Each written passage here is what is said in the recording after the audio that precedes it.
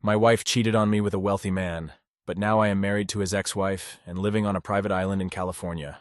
It all began when I started to question the decisions that had shaped my life. Everything I thought was certain collapsed after discovering my wife's unfaithfulness, and suddenly, my entire world spiraled out of control. Seeking a way to escape the chaos, I accepted an invitation to stay at a secluded estate on a private island off the coast of California, hoping it would provide the refuge I desperately needed. Little did I know how much that trip would change everything. As I stepped off the boat into the mild, salty air, I felt a fleeting sense of relief. The island was exclusive, opulent, and felt like a different universe, completely unlike anything I'd ever experienced. It was like stepping into a dream, but despite the beauty, I couldn't shake the sense that I didn't truly belong there. I craved this break, but I knew it was only temporary. Sitting on the veranda of a lavish bungalow overlooking the stunning, sun-drenched island, I felt out of place. This wasn't just any island. It was a private retreat for the wealthiest of the wealthy. Never in my wildest dreams did I imagine being here, lounging in the shade with a glass of whiskey in hand. Brandon, a tall man in impeccable khakis and a crisp polo shirt, was always nearby, adjusting the umbrella or sending Kelly to refill my glass before I even asked. He seemed to know my preferences better than I did, and would send someone over to offer sunscreen when it was time to reapply. Below, I could hear the children splashing in the pool, with Abigail's laughter occasionally rising above the noise. The deck was larger than any home I had ever lived in. Brandon remained at his usual spot, ready to assist with anything while also keeping a watchful eye on the kids. I gave him a wave to indicate I was fine, and he nodded, informing me that Abigail was on her way up. "Just Abigail?" I asked, making sure. "Yes, Mr. Anderson," he replied, trying to follow my earlier request to drop the formalities. I had been encouraging the staff to be more casual when we were alone, but I knew it would take time. I didn't want my kids growing up thinking they were any different from anyone else, so I constantly reminded Brandon that they deserved respect just like anyone else. He nodded in agreement, though he still insisted on addressing me formally. As Abigail approached, I marveled at how effortlessly stunning she looked. She was about 33, but still possessed a figure that showed no sign of having 3 kids. She wore a swimsuit that hugged her curves in all the right ways. "How's my big strong man holding up after playing with the kids?" Abigail teased with a knowing smile. "Worn out, but not from the kids. You kept me up all night," I replied with a smirk. She laughed softly. "It was a great night. Made me feel young again. You really put me through my paces. I'm surprised I had any energy left for Madison this morning," she said. I laughed. "Madison likes you, but she isn't crazy about you. One was enough for her. Sounds like some of the guys I dated back in college," Abigail teased, leaning closer.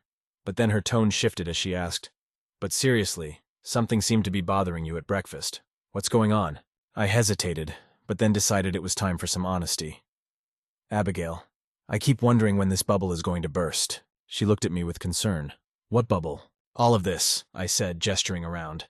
"You're a gorgeous 33-year-old woman living in luxury. Those guys last night were practically drooling over you." "Yeah, but they didn't get anywhere, did they?" she interrupted with a grin. "They just want what they can't have. I can't blame them. You're stunning, especially in that outfit. But it's more than that. You're incredible, and I'm just a 41-year-old mechanic. What did I do to deserve this?" Abigail looked at me seriously. "You married a woman who let another man sleep with her, and you're better in bed than anyone I've ever been with," she said with a smile. "Yeah, but this was supposed to be about getting back at our exes.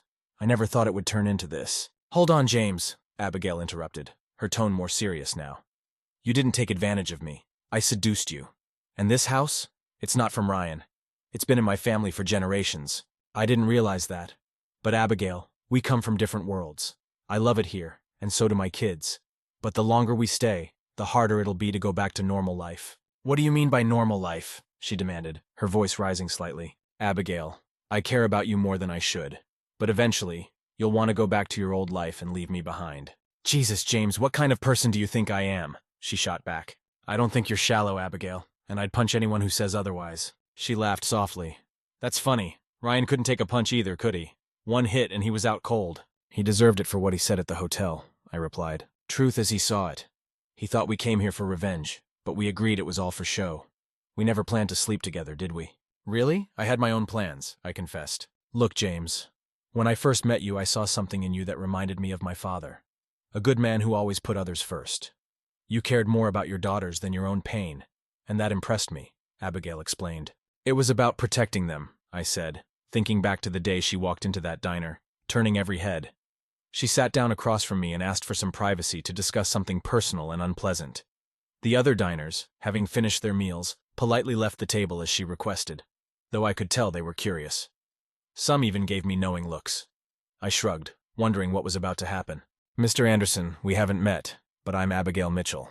I believe you've met my husband a few times," she said. I had met him, a high-ranking executive at the company where my wife worked. I never liked the guy. He was too full of himself. "Yes, I've seen him at a few events," I replied, feeling uneasy. "I'm here to give you some bad news. I wanted to tell you before it becomes public. Your wife and my husband have been having an affair," she said bluntly. "I don't believe you," I responded, shocked. My wife loved our kids, our home, and me, or so she always said. But now doubts started creeping in, and I couldn't dismiss them entirely. "I'm sorry, Mr. Anderson, but it's true," Abigail said, placing a thick envelope on the table. "There are photos in here, but I warn you, some of them are graphic." Reluctantly, I peeked inside the envelope. The first image I saw was of an unclothed woman, my wife, with another man. My shock and anger must have been written all over my face. "I wanted you to know before tomorrow when it's all over the news. Ryan is well known, and I'm filing for divorce. You might want to shield your children from the headlines tomorrow," she advised. I likely thanked her, though I don't remember exactly what I said. "The man I came with is my lawyer, Dan Richardson. He's good, and if you need legal help, he's available.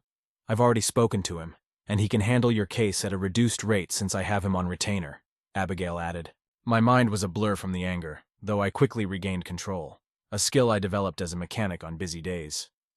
"Yeah, divorce seems like the only option," I muttered, still in shock. Dan Richardson then approached. "Don't rush into a divorce. It can be expensive.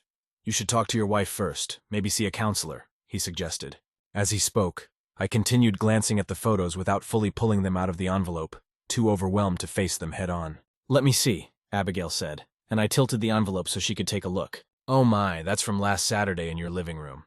Ryan is with your wife while your kids are watching TV in the next room. They didn't seem to notice," she explained. "Are you telling me my wife was with your husband while my kids were in the same house?" I shouted, losing my temper again. "Yes, but it looks like the kids were completely focused on the TV," she replied calmly. "Jesus Christ, my wife was doing that with my kids right there?" I yelled, drawing attention from everyone in the diner. "I guess counseling is off the table then," Dan interjected, scribbling on some forms. "Absolutely. And I want custody of my kids," I responded firmly. "That video will help with that. It's clear evidence of child endangerment, and the courts will take that into consideration," Dan said. "Sign here, and we can start the process." "Do it. I want my girls away from her influence as soon as possible, but I'm worried about how this will affect them," I admitted. Dan suggested involving a social worker to temporarily suspend Jean's parental rights, but Abigail cautioned against it, saying it might complicate 8 things. Dan then asked if he could call me James, and I agreed. He suggested I avoid going home that night to keep my temper in check and give them time to prepare. I agreed, planning to tell Jean I had to work late. Dan assured me that Abigail was handling Ryan and that the divorce papers would be served the next morning. He advised me to pick up my daughters and have them stay with my sister for a few days to keep them away from the situation. I agreed, bitterly recalling how my sister had taken care of the girls during our last vacation. Dan assured me that everything was in place to confront Jean without the children around.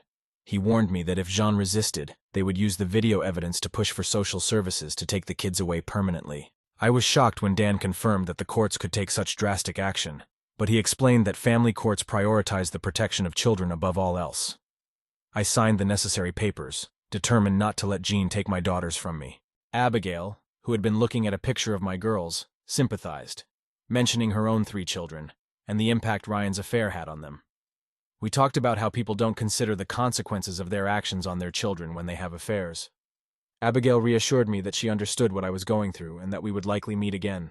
After they left, I called my boss to take time off and informed Jean that I wouldn't be home that night. The call went too smoothly, almost like she didn't care.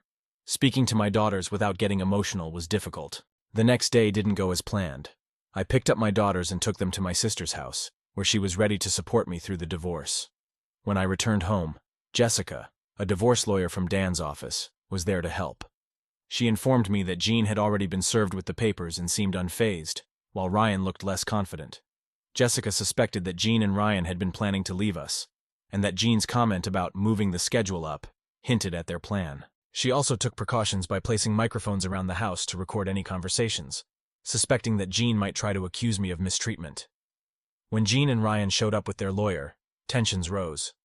Jessica handled the situation firmly, stating that the evidence would be used in the custody case, not the divorce. Jean was visibly angry, but eventually agreed to watch the video Jessica had prepared. After watching the video, their lawyer realized how damaging it would be for Jean in family court. Jessica then laid out our terms. Jean would move out immediately. We'd file for divorce on irreconcilable differences, and Jean would have supervised visitation with the girls. Though Jean was upset, she eventually agreed, knowing the evidence was too strong against her. The divorce process continued quietly, though Jean wasn't happy about paying child support. Despite everything, I never spoke badly about Jean in front of the girls, not wanting to alienate them from their mother. Jessica and her husband became close family friends, often visiting and helping with the girls. They even took the girls out occasionally, giving me some much-needed breaks. Over time, the girls made new friends, though I didn't pay much attention to who they were. On Charlotte's 9th birthday, Jean showed up with her new partner, Mark, creating a tense atmosphere.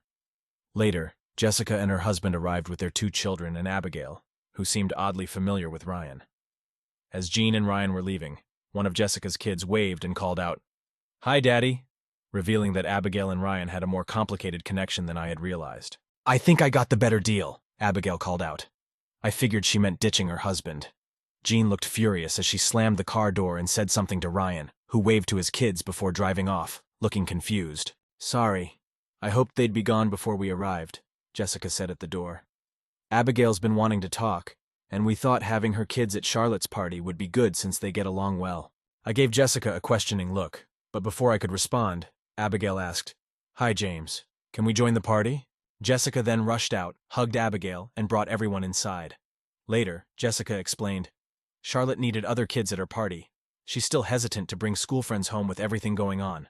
We thought Abigail's kids, being in a similar situation, would be good company for her." Charlotte quickly bonded with Abigail's son Jackson, nicknamed Sparky, and the other kids got along well too, turning the party into a real celebration.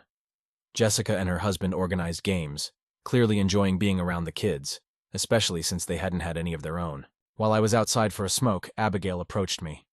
"How are you holding up?" she asked. "Managing. How about you?" I replied. "Not much different. Ryan was rarely home, always chasing deals, or so he said. I should have known better." "You suspected something?" I asked. I was foolish to believe him for so long. Ryan's charming, but I should have questioned his true feelings. My father never trusted him, and now I'm glad he protected my inheritance. I feel sorry for your wife. She doesn't know what she's in for." "Well, I don't think she deserves much sympathy after what she did to me and the girls. Ryan can be very persuasive. Your wife probably didn't see it coming, but she will eventually. She's good at her job, though." "Is she, or did she get there because of her connection to Ryan?" "No, I think it's the opposite. Jean's talented and holds influence in her company. Ryan likely saw that and latched on for his own gain." I wasn't sure how to respond, realizing I didn't know much about Jean's work. Maybe that had been part of the problem. Abigail continued, "Ryan will do anything to get ahead, which is likely why he married me, because of my father's connections. But after my father retired and secured my inheritance, I became less useful to him. I probably offered my condolences for her father's passing, and the conversation shifted to our families and hopes for our kids. My disappointment in Jean's betrayal crept in, and Abigail shared that she was a stay-at-home mom. She smiled when I mentioned the challenges of raising 3 kids and managing a household. Abigail was still smiling when Jessica found us and said, Sparky was looking for his mother. Sparky then asked if Charlotte and Annabelle could come over the next day so he could teach Charlotte how to ride a bike. I suspected he just wanted to show off, but I agreed. Abigail invited Jessica and her kids to join them for lunch, offering a day by the pool. The next morning I found myself driving my 2 kids and Jessica's eldest, following Mark, who had directions to Abigail's house, with Jessica and her other 3 kids in his car. We wound through scenic back roads. It was sunny but not hot, and I mentioned the cool temperature to Jessica. She assured me the pool must be heated since Abigail had invited the kids for a swim. Just as I started to think Mark was lost, he turned into the driveway of a massive mansion. I expected a large house with a pool, but nothing like this. There was even a gatehouse at the entrance. I wasn't sure we were in the right place until Sparky and the twins ran out to greet us. The kids rushed into the mansion, and Abigail appeared, looking effortlessly elegant in cut-off shorts and a blouse. She led us through the house to a large sunroom with an indoor pool where a few young people were swimming, college students who helped with the kids on weekends, as she explained. After introductions, our kids returned, changed, and ready for the pool. During the day, I noticed the young man, Matthew, sizing me up, and the two girls, Natalie and Holly, chatting with me briefly before whispering among themselves.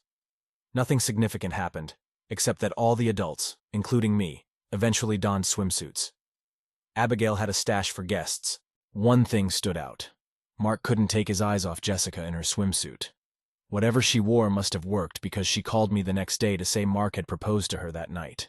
Mark was a good guy, and I could tell he was thoughtful when he traded his sports car for a family-friendly SUV to accommodate Jessica and the kids. After that day, visiting Abigail's house became a regular weekend event. Saturdays were usually spent at my house, and Sundays at hers, with Mark, Jessica, and their kids often joining us. Over time, I met some of Abigail's relatives, including Uncle Fred, who loved skeet shooting, and Aunt Mildred, a formidable woman who reminded me of an old-fashioned headmistress. Mildred was intimidating to most adults, but kind and influential with the kids, especially my daughters, who suddenly became more diligent with chores and homework after talking with her. One evening, Jessica handed me an envelope as I opened the door. "All signed and sealed," she said, smiling. The judge added one condition. Jean gets 52 visits a year, supervised, and Ryan can't be present, even if they marry. "So it's done? We're divorced?" I asked. "Yes, almost.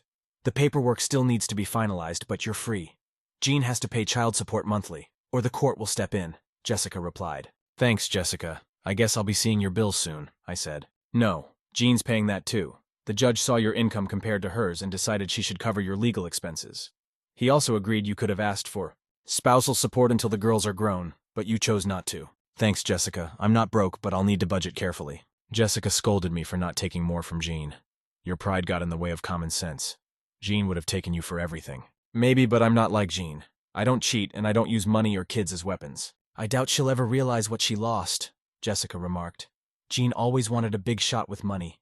I'm content in my little world, and I need to find someone who will be happy to share it with me." "What makes you say that, James?" "Oh, just little things like how she envied people with newer cars and bigger houses." "Well, she's got her big shot now.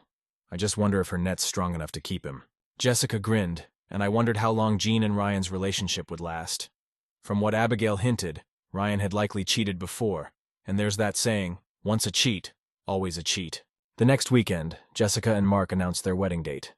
Although they'd only known each other a short time, Mark turned out to be a great husband and father figure to Jessica's kids, who hadn't seen their real dad in years. A week later, Abigail asked Jessica about honeymoon plans.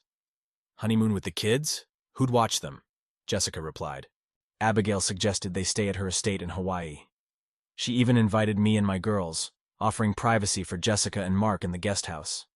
Soon the kids overheard and got excited, making it hard to say no despite the potential cost. I later vented to Abigail. "I'm sorry, James, I got carried away. I just wanted to give Jessica and Mark something special. Don't worry about the flights. I get a huge discount." "I don't know, Abigail," I started to protest. "James, this isn't about pride. Plus, I had an ulterior motive. Sparky's become very fond of Charlotte, and he was planning to stay with Aunt Mildred unless she joined us." "They're only 9, I said, concerned. "Kids grow up fast these days," Abigail replied. "But yes, there's more. I thought it would be amusing if Jean and Ryan thought we were getting closer. We could put on a little show at the airport." "A show?" I asked, surprised by her choice of words. "Yes, let them think we're more than friends. It'll drive them crazy," Abigail said with a mischievous grin. "Did you just say drive them crazy?" I asked, surprised by her language. "Yes, James. I may have gone to a fancy school, but that doesn't mean I can't speak plainly," Abigail giggled. "So will you go along with my plan, or disappoint the kids? You're a clever woman, Abigail. You made sure Sparky would hear your invitation, didn't you?" "Yes," she admitted. "But it was his idea to invite you all. He just had his own reasons." "Fine, we'll go, but let's not overdo it in front of the kids." "Of course," Abigail replied, though her tone hinted at mischief. As weeks passed, I avoided newspapers filled with stories about Abigail and Ryan's legal battles, and photos of Jean and Ryan at various events. In the few articles I skimmed, Jean was painted as a femme fatale and a homewrecker. Surprisingly, though Abigail and I were occasionally mentioned, there were no scandalous hints about us, which I had expected but didn't see. Jean began visiting the kids for an hour or so a few evenings a week, with Ryan dropping her off. Conveniently, the press seemed to know exactly when she'd be there, given how she posed for the cameras. I suspected she was tipping them off herself. From the start, I insisted someone else supervise Jean's visits, ensuring she was never alone with the kids. My feelings toward her were still bitter, and I knew it showed when we were in the same room. Jessica helped a few times, but then introduced Tracy, a young assistant from her office, who took over for a small fee. Tracy's presence proved useful. Jean seemed to think she was just a local teenager, and didn't realize Tracy was reporting back to me. Tracy informed me that Jean was asking the kids about our visits to Abigail's estate and the relationship between Abigail and me. Annabelle had simply told her, "We go because Sparky is Charlotte's friend, and Matthew teaches us to swim," which confused Jean even more since she didn't know who Matthew was. As time passed, Jean hinted to the kids that she'd be away for a few weeks in the summer. Tracy mentioned that Annabelle almost let slip about our holiday plans, but Charlotte quickly changed the subject to Jessica's wedding. One evening, Tracy said, "James, I know I'm here to monitor your ex-wife, but I also know you want the girls to have a reasonable relationship with her." "As reasonable as possible under the circumstances," I agreed. Tracy then expressed concern that Charlotte might be harboring more resentment toward Jean than I realized. She suggested I consider counseling for Charlotte. "Thank you, Tracy. I hadn't noticed," I admitted. "Maybe I'm too caught up in my own pain. I thought the girls were handling the breakup well." "They are, mostly. But Charlotte seems to blame her mother entirely, which is understandable. But she'll need to forgive her at some point." Taking her advice, I arranged for both Charlotte and Annabelle to see a counselor during school hours. A week later, the counselor called me in for a discussion. "Both kids have handled the recent turmoil at home quite well, Mr. Anderson. You're somewhat right about Charlotte's resentment toward her mother, but I'm confident she'll eventually forgive her, even if she won't forget what happened. I just want the girls to have a decent relationship with their mother. I think they need her in the long run," I replied. "You hope they wouldn't blame her for the breakup?" "Well, Charlotte figured out her mom was having an affair long before she left home. She also suspected her mom intended to take her and Annabelle when she moved in with that man, which has made Charlotte despise him." "She's not alone," I said. "I understand, Mr. Anderson. Charlotte struggled with what to do before you found out. She wanted to tell you but feels guilty for not doing so sooner. That guilt has caused her significant stress, and it impacted her schoolwork badly. Both girls' studies suffered, but a few weeks ago they began to improve." "Aunt Mildred," I said absent-mindedly. "Sorry?" "Oh, we met an older lady a few months ago. She spent a lot of time talking with the girls. I noticed they became more diligent with school and more helpful around the house afterward. It sounds like Aunt Mildred has been a positive influence on them." "Yes, she has. Surprisingly, she's strict but clearly good with kids. They've only seen her a few times, but she always makes time for them individually. I think she's been a great influence on your girls. Encourage their relationship. But if you don't mind me asking, who is Abigail? Charlotte seems quite attached to her as well." "That likely has more to do with Sparky. Abigail is his mother, and Charlotte and Sparky have become close friends. If they were older, I'd say too close, if you know what I mean. By the way, Abigail is the wife of the man my wife is with now." "Oh, I apologize. Lady Abigail Mitchell, of course. I didn't realize your wife's new partner was Ryan Mitchell." "Yes, she's with him now," I confirmed. "I'm sure you've read about it in the papers, like everyone else." "Well, Mr. Anderson, Charlotte is more disappointed in her mother than anything. She's attached to you and feels guilty for not sharing her suspicions sooner. She's also grown close to Lady Abigail and her son, and probably blames her mother for breaking up that family too. However, she still loves her mother, and I believe she'll forgive her with time. Annabelle doesn't seem to have any major issues. She loves her mother and misses her, but she's enjoying the extra time with you. She thinks you're more fun and likes helping you in the kitchen." "Yeah, she's great in the kitchen. Well, I'll continue seeing them every few weeks during the school year, unless something changes. I don't think you need to worry in the long run. Just give them time to adjust and keep encouraging their mother's visits." That weekend, Aunt Mildred was at Abigail's estate again, and as usual, she spent some time with both of my daughters. I didn't pay much attention since Uncle Fred had taken me outside to teach me how to shoot skeet. I'd never handled a shotgun before, and I doubt I hit more than one target before Sparky called us for lunch. Uncle Fred thought Sparky was a silly name for a young man and refused to use it. I agreed, but didn't think it was my place to interfere. At that time, Uncle Fred was the only person who called Jackson by any other name.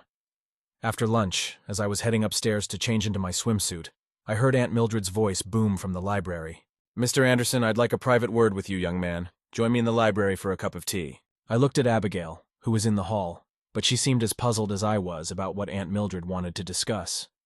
I must have looked nervous as Abigail altered her path to arrive at the library door with me. "I have some matters to discuss with James in private, Abigail.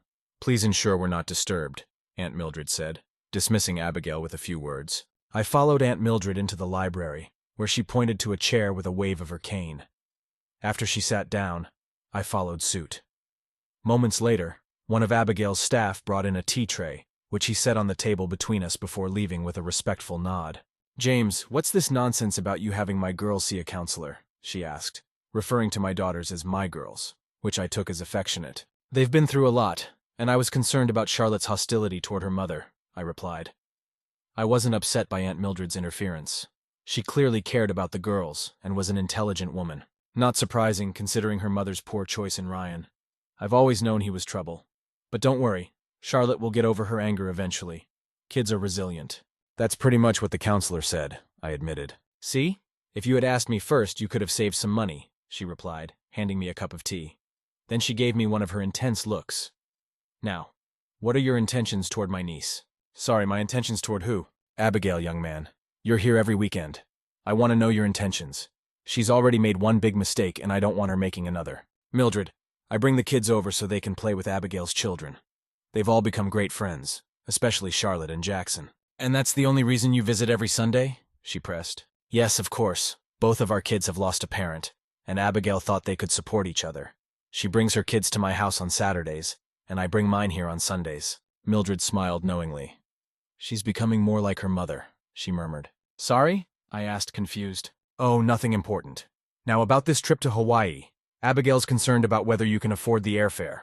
"It's a concern, but I think I can manage. James, you and your family have been good for Abigail. She's not as tough as she seems. If you need help with the airfare, just ask. I'm wealthy, and Abigail's children, and yours, have captured my heart. I don't want them missing out over money." "Thank you, Mildred, but I'll manage. We'll get by." I wasn't sure if I was annoyed by her offer, but since she cared more about the girls than me, I let it go. We chatted about how well the children were getting along, and then she suggested I return to enjoy the afternoon with them. All the while, Mildred had a knowing smile, one she seemed to reserve just for me. "What was that about?" Abigail asked quietly when I returned to the pool. "I have no idea. I think Aunt Mildred just wanted to talk about my kids," I replied, avoiding mentioning our conversation about Abigail. The week before Jessica and Mark's wedding, I decided to surprise Jean about our trip to Hawaii. The girls hadn't told Jean where we were going. After learning about Charlotte's hostility toward her mother, I had wired the living room with a microphone connected to an old tape recorder in my bedroom, just to satisfy my curiosity. I often heard Jean mention her upcoming cruise and how she wouldn't be able to visit the kids in August. Annabelle would always respond, "Daddy's taking us away for summer," without revealing where. I figured Charlotte had sworn her to secrecy. Jean repeatedly tried to convince the girls that a cruise would be better than a couple of weeks in Maine, and wanted them to persuade me to let them go with her. Maine had been Jean's idea of a perfect vacation, as it was where her parents took her as a child. We had vacationed there every year, and she had always refused to consider going elsewhere, especially out of the country. Jean probably assumed I'd take the girls there again, but she was shocked when she saw Tracy pick up the girls' passports that I had strategically placed on the coffee table before she arrived. "Why do you need passports?" Jean asked. "Don't be silly, Mom. We need them to get on the plane," Annabelle replied. Charlotte seemed to know this was the day I planned to tell Jean about our trip to Hawaii, so she didn't stop her sister from spilling the beans. "Where are you flying to?" John demanded. "Daddy's taking us to Hawaii with some friends," Charlotte said with a hint of triumph. "We're staying in a big house with a pool like Sparky's but outside. Sparky's going to teach us to swim and snorkel," Annabelle added eagerly. Jean went quiet for a moment. Tracy, who was there as usual, later told me Jean looked like she'd been hit by a truck when she realized where we were going and who we were going with. "I need to speak to my husband," Jean suddenly said to Tracy. "Where is he?" "If you mean your ex-husband, Mrs. Anderson, he's probably in the kitchen or his workshop," Tracy replied. Jean stormed into the kitchen where she found me fixing an old camera. "The girls say you're taking them to Hawaii," she said, as if I were leading them into danger. "Yes, we've been invited to a house by a friend." "And when were you planning to tell me? You're breaking your promise. How can I visit them if they're out there?" she demanded, sounding triumphant. I looked up slowly. "So what was your plan, Jean? Were you going to hop off your luxury cruise a few times a week to visit? Or is it just that you can go abroad, but they can't? Or maybe you just don't like the idea of me having a nice trip for once?" "Well, no, but Hawaii? There are dangerous waves out there. I don't want my kids getting hurt." "I promise they won't drown, Jean. They could have come with me on the cruise. It's safer." "They could if you weren't going with that guy. He's more dangerous than any wave. But even if he wasn't going, the girls would still prefer to go with their friends." "What friends? Ryan's kids?" "Annabelle and Charlotte are like siblings with them now. Don't look so surprised, Jean. They have a lot in common. They've all had a parent walk out on them." "I didn't walk out. You threw me out, remember?" "I just beat you to it, Jean. Don't pretend you weren't planning to leave me and take the kids well before I knew you were seeing that guy. You were going to take my kids from me, and don't deny it, I said, my anger rising. Jean must have sensed it and backed down. When are you going? She asked. Friday morning. We're all meeting at the airport. Are you coming to see them off? I know Ryan is coming to see his kids off, I said, loving how Jean's expression changed. She didn't know what to say. Jessica, who later watched the video I secretly recorded, noticed it too. That evening, while Jessica was getting ready for her wedding in Abigail's mansion, I showed her the tape. She watched as Jean struggled to find words. It's rare for Jean to be at a loss for words, I grinned. I wonder what she'll think of, Jessica began, then paused and changed the subject. Think of what? I asked. I know my sister, she said thoughtfully. Abigail's planning to make Ryan think there's something going on between you two. I wonder what Jean will think. Probably nothing. Abigail and I? That's not happening. Jean might be clueless, but not that clueless, I said dismissively. Jessica raised an eyebrow. What's so far-fetched about you and Abigail? Or even just a fling? I sighed. Jessica, Abigail's upper class. Just because our kids play together doesn't mean she's interested in me romantically. Jessica shook her head, frustrated. What's wrong with you? You've got more class in your little finger than Ryan ever had. Just because Jean couldn't see it doesn't mean Abigail can't. I remained skeptical. Jessica, these people love to act like everyone's equal. But they'll put you in your place if you get too close. Abigail's just using us to get back at Ryan. I'm sure she's only invited us over to get under his skin. Once she's had her fun, she'll be done with us. You think? Jessica asked, doubt creeping into her voice. Jessica, did you see the guy who showed up here the other day? That car alone costs more than my house. That's more Abigail's type. She's got her reasons for having us around, but once the bubble bursts, I'm worried about how the girls will handle it. Charlotte's gotten really close to Jackson. Maybe I shouldn't have let it go this far, I confessed. But you do like Abigail, don't you? You fancy her? Jessica pressed. I hesitated before admitting. I never said I didn't. She's beautiful, and Jean can't compare to her poise or class. Abigail always looks like she's about to walk onto a runway. If Ryan wanted a trophy wife, he can't knock her. I have no idea why he went after my wife. No, I mean, do you like Abigail as a person? Jessica clarified. Yes, of course. At least the person I've seen so far, I conceded. But I have to believe it's all an act. I know why she's being so friendly in the first place. You do? What's her motive? Jessica asked, genuinely curious. To upset Ryan, I replied flatly. Jessica shook her head. I think you've become a pessimist. Can't you believe someone's just being genuine without an ulterior motive? Trust is a good word, Jessica. I trusted Jean, remember? I married her, and after 10 years and 2 kids, she left me for that idiot and tried to take my daughters. That teaches you not to trust anyone's intentions, I said, bitterness creeping into my voice. Jessica softened. You're not the only one who's been let down by someone they loved. I looked at her, knowing her own history. Come on, Jess. You knew your husband was into trouble before you married him. Everyone warned you he'd end up dependent or dead from an overdose, and now all he cares about is his next fix. I thought I could change him, Jessica said defensively. I'm not criticizing you for marrying him. We all make mistakes. I thought Jean would never change, but she did. Maybe I was just a stepping stone until she found someone richer. That's why I'm going to be more skeptical from now on. Don't you remember what Dad always said? If it looks too good to be true, it probably isn't. Their conversation was interrupted by a knock on the door. Can I come in? Abigail's voice called from outside. Yes, of course, Jessica replied, standing up. Abigail peeked in with a grin. Jessica, are you ready? Poor Mark's getting worried you've changed your mind. The wedding went smoothly with a small gathering. Besides us and the kids, only a few of Mark's co-workers and their spouses, along with one cousin Jessica and I were still in touch with, attended. The rest of the invited relatives didn't show. Abigail's Uncle Fred and Aunt Mildred, who I'd never heard referred to by her title before, were also there. Aunt Mildred, waiting at the bottom of the staircase, asked Jessica to remove her costume jewelry and gave her a diamond necklace, brooch, and bracelet worth nearly $50,000. Jessica was stunned, but the jewelry perfectly complemented her dress. I'd never seen my sister look so beautiful. After the ceremony, I took Jessica's youngest kids home with me, while Jessica's parents took the older 2. Jessica and Mark spent their wedding night at a hotel, and when we all met early the next morning at Jessica's house, Mark looked exhausted, while Jessica was all smiles. We had to be at the airport early. Checking in for the flight was chaotic, since 6 of the kids had never flown before and were extremely excited. Abigail's 3 kids, used to the routine, helped guide the others. I was surprised to see Matthew and the 2 girls, Natalie and Holly, with Abigail's group, but didn't question it. They had been joining Abigail and her kids on these summer trips for years. They were good at keeping the kids occupied while we waited for our flight. Matthew whispered to Abigail, "The others have arrived." Matthew spotted them coming from the car park. "We should separate our kids from Jessica's." Unfortunately, Jean and Ryan's arrival caused the two groups to converge. Annabelle ran to her mom, and Charlotte followed, but stayed nonchalant. Ryan ignored his own kids to greet Annabelle, which annoyed me, but I bit my tongue to avoid a scene. Meanwhile, Abigail and Ryan had a heated exchange, with Ryan accusing her of infidelity. I couldn't resist confronting him after he insulted her and implied I was just a handyman. I called out his hypocrisy, mentioning that a real cheater was someone who betrays a loving spouse. Ryan took a swing at me, but I dodged and countered, landing a punch that sent him collapsing to the floor. The whole incident was caught by the press, who had appeared out of nowhere. After the altercation, Abigail apologized, saying she hadn't expected Ryan to get violent. We regrouped with the kids and moved on. Abigail kissed me briefly, our first real physical contact, and I found I enjoyed it. No one mentioned the fight during the flight to Hawaii. At the airport, Abigail was clearly well known and expected. We were treated like VIPs and met by a giant Hawaiian man named Joshua, who was in charge of the estate and the kids' safety. He insisted on carrying our bags, reminding me that this was his job.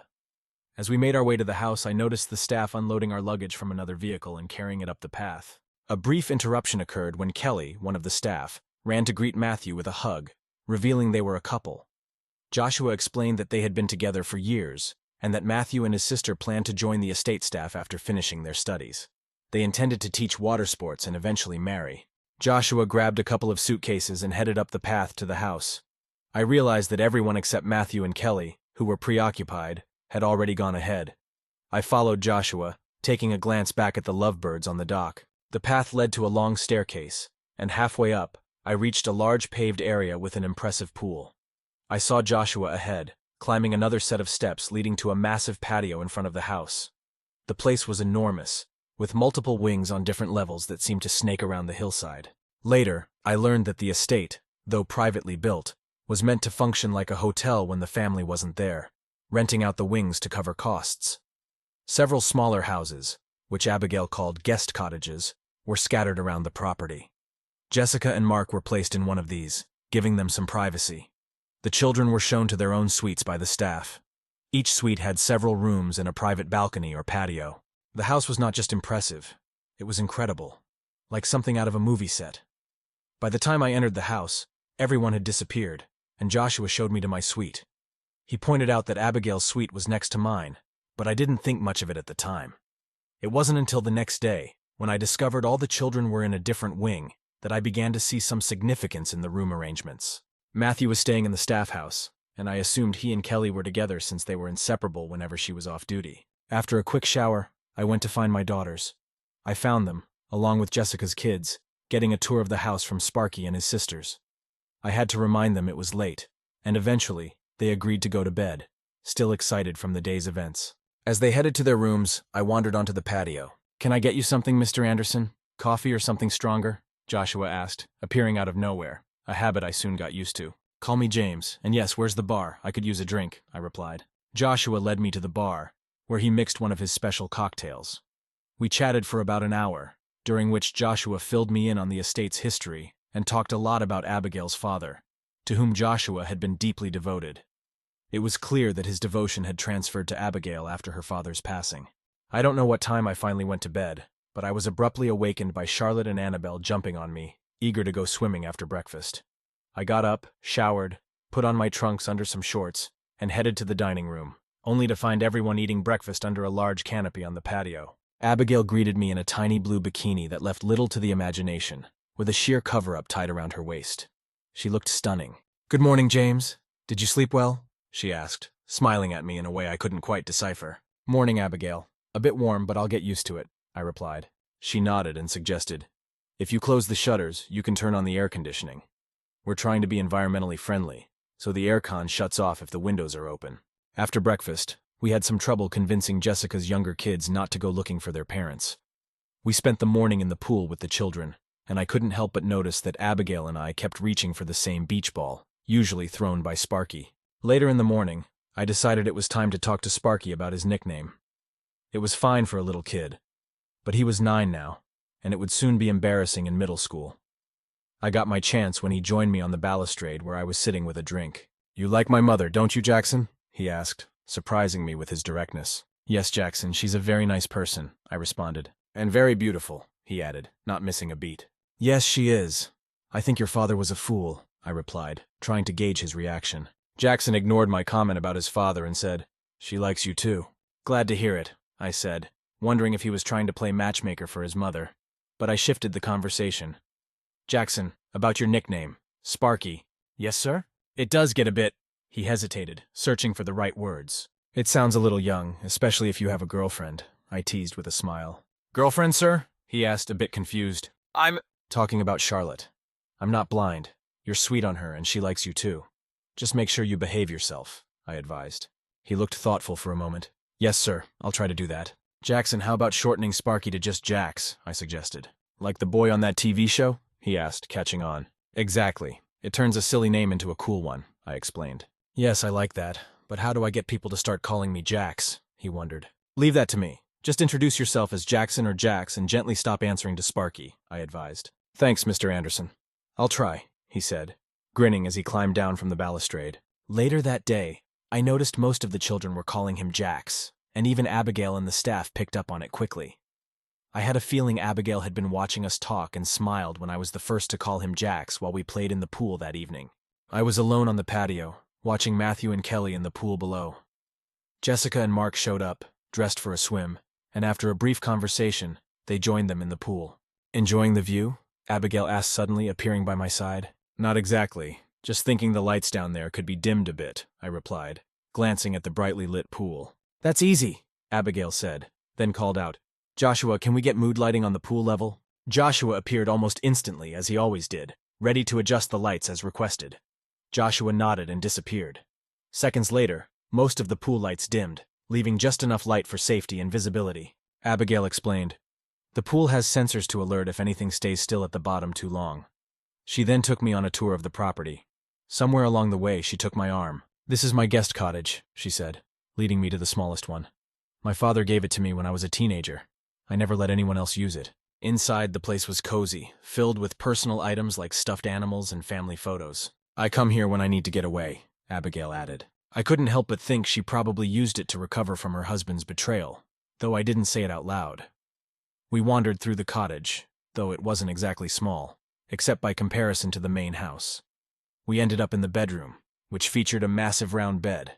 I'd never seen one outside of movies. Abigail led me out to a private patio with a sea view.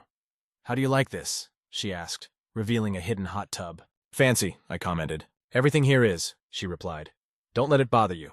"It's a bit overwhelming, honestly," I admitted. "Is that why you haven't—" she began. But then she kissed me. Before I knew it, I was holding her, and we were kissing like teenagers.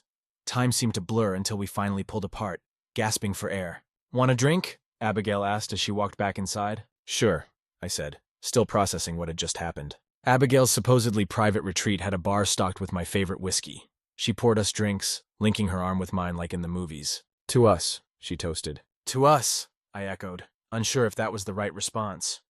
We sipped our drinks and kissed again, then made our way back to the patio. "How about a soak?" she asked. "I didn't bring trunks," I replied. "Who cares? It's nothing I haven't seen before," she grinned. Before I could protest, Abigail had slipped out of her clothes and into the hot tub.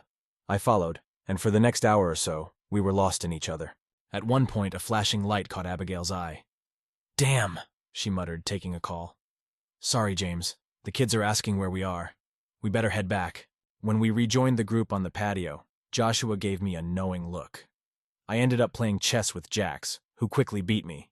Even in checkers, he outplayed me. We let the younger kids win at dominoes, though Jax was just as soft-hearted as me. The next day, Jax asked if I'd let him win.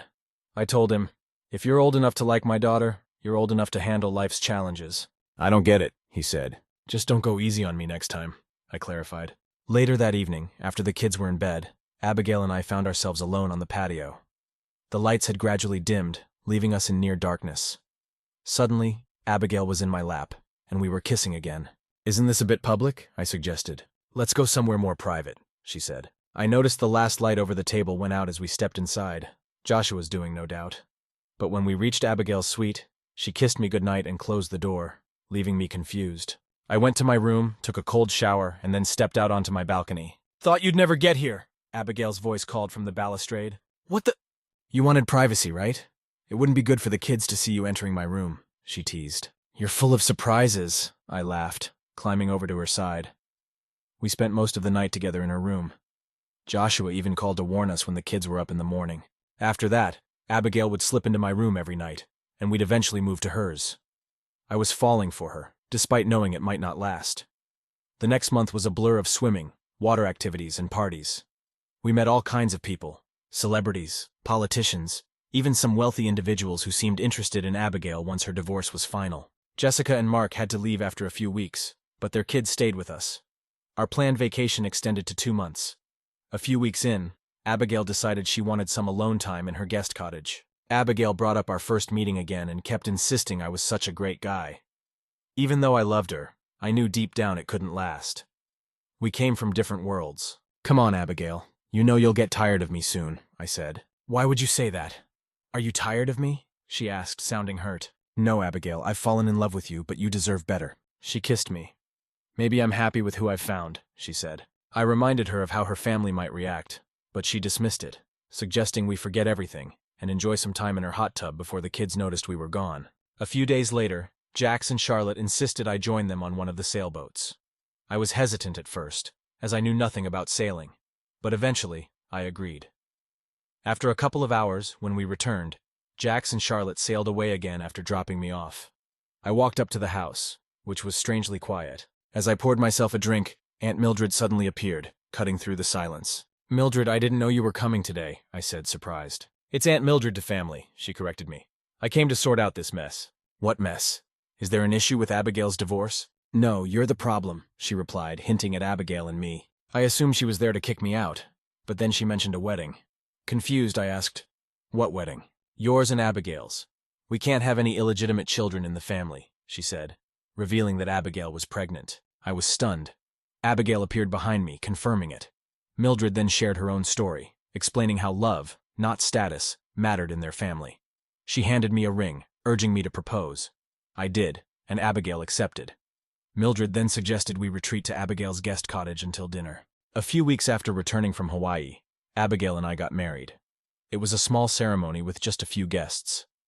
I don't work much anymore, aside from helping around the estate. Charlotte and Annabelle are adjusting well to their new school, especially Charlotte, who enjoys it as long as Jax is around. Abigail had another daughter, and all 5 kids adore her. Ryan and Jean didn't last long after that. Ryan got caught up in a shady deal and ended up in prison. Jean, who might have been the one to report him, is now married to a magazine editor. She visits the girls occasionally. As for me, I've settled into life as a kept man, enjoying the peace and quiet, writing and spending time with my loving wife and our baby. Life goes on.